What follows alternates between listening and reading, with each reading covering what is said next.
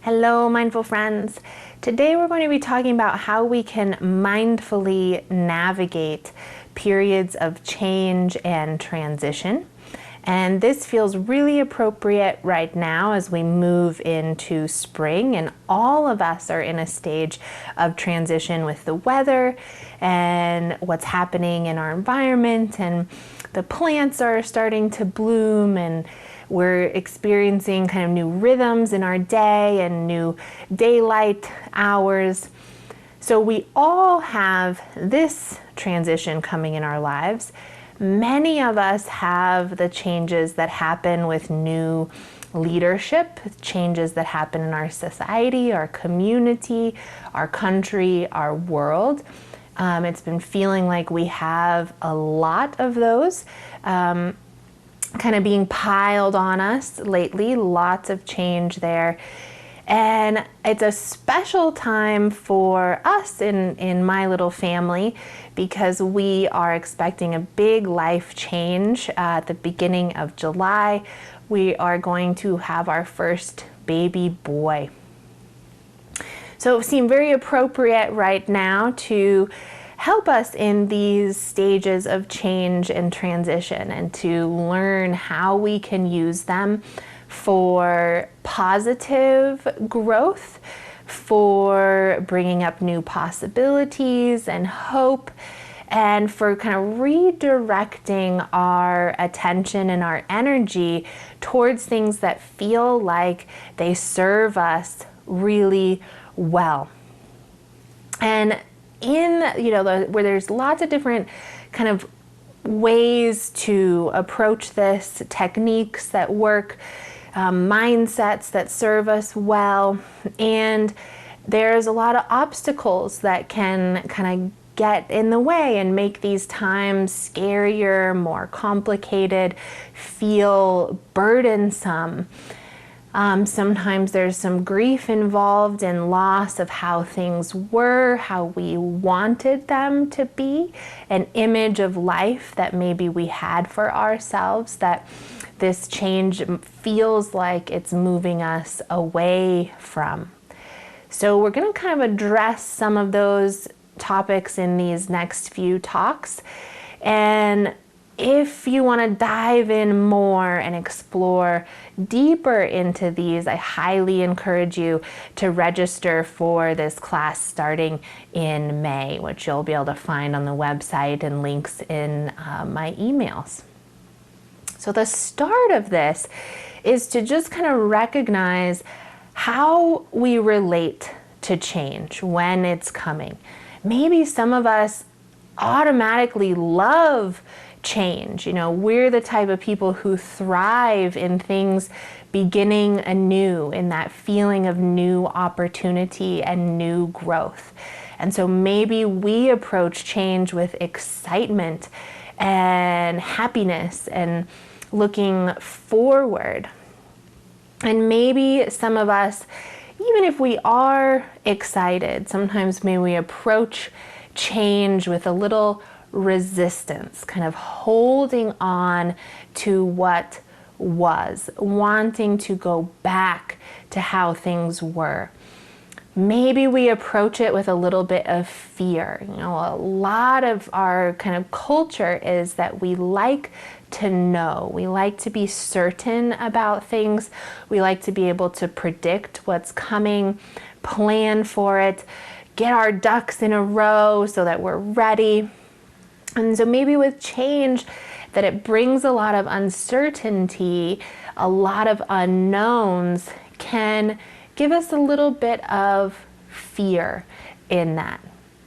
Maybe some of us approach change as though it's a burden. So we've gotten really used to the way things work, to how we interact with people, our place in the world, our routines, our habits, even what we eat, our diets.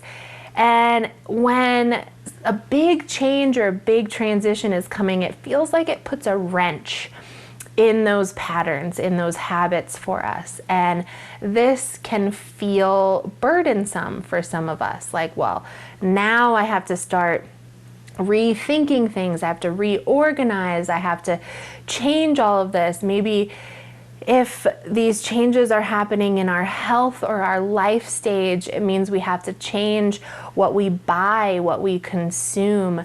And that can feel burdensome. Like, I knew what to get at the grocery store. I knew how to make my meals. I knew how to take care of myself. And all of a sudden, that's all changing. I have to buy different things, plan in different ways. So sometimes we can look at change as a bit of a burden. Sometimes change can bring on in us a feeling of loss or grief. So we mourn a little bit the way things were. There's a deep grief in where we feel like life is headed.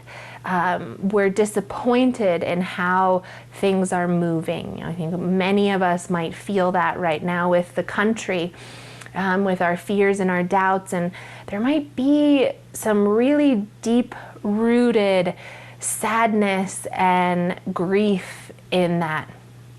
And so the kind of beginning of working with change and transition is to just understand better how we are engaging with it, understand better our experience within it. And I find Tara Brach's RAIN practice very useful in these kinds of exercises where we're trying to explore how we're feeling, what it's really bringing up for us. Because it's going to be difficult to move into using change as a positive growth experience or approaching it with intention and conscious effort if we don't even know what's going on within us that might be blocking us from that, or might be generating our experience that could be different from that hope and possibility. So these practices that get us engaged with our feelings, with our experience, help develop that connection to self, help develop that understanding. What am I actually going through here? What am I really experiencing? How am I relating to it? What's it bringing up in my body, in my mind, in my heart, in my spirit? So that now when we move forward and we move into the next stages of kind of helping support this in a positive way, we know exactly what we're working with. We know what's been manifesting within us. So if you're not familiar with Tara Brach's RAIN practice, I'll explain it a little bit here, but I have past videos on it, on kind of looking at our emotions, identifying our emotions, and you can also find it through Spotify or pretty much anywhere you get podcasts. Just look up Tara Brach RAIN, spelt just like the weather. But in these practices, we recognize is the R. So kind of recognizing, ooh, I'm feeling a little off. Maybe I have change coming in my life. I notice it in my society, in my country, and it's unnerved me. I feel a little unstable. Something's going on there. So we recognize that. And then the A is to allow. Allow those feelings to be here. Don't try to push them away or deny them. Don't try to hide from them. We try to, when we're doing these intentional practices, avoid your coping, distracting habits. So don't just go for a run or have a drink of alcohol or play a video game. The allow means be present for the experience you're having. And then investigate goes into not the story behind it, like what's happening in the world, who caused it, who's the bad guy, who's to blame, what's going to happen in my life. The investigate is really, what's happening in your internal world. So explore your body. How's this change and transition affecting your body? What's it bringing up in your mind? So thought patterns that you're seeing, old habits might be coming up. How are you thinking about others in the world? How are you thinking about your future? Your mental state, how clear is your mental space? How kind of chaotic it might be, and how's it affecting your heart and your spirit? And as we're investigating that, we think, well, what is this pointing to that I might need? So maybe I need to feel safer. I need to feel more balanced. I need to reconnect with my values. I need some support here. And then the N of rain is nurture. So we take care of ourselves in whatever way we're finding we might need through this, not by changing the external world, not by trying to control everything that happens within this change and transition, but by finding and connecting with those ways that we nurture self. How are we nurturing ourselves? So I encourage you this week, if you have change and transition in your life, which I know you all do, even if it's just the season and the change in routine that the season brings on. I also know you do because our country is going through a lot of changes. So spend some time with your feelings and your inner world around these changes, just investigating and trying to understand, how do you really feel about it without needing to change it or fix it. Just explore that first kind of stage. How's it sitting with you? What's it doing to your inner world? And in the next video, we'll cover, what do you do from there? How do you kind of use that information to move forward? If you enjoy these talks and would like to join us for a group session or individual coaching, you can find us at newleafmindfulness.com. Again, my next class series is on navigating change and transition. So if these talks are resonating, you want to dive deeper, I highly encourage you to sign up for that. And don't forget to like, share, and subscribe. I hope to see you all very soon.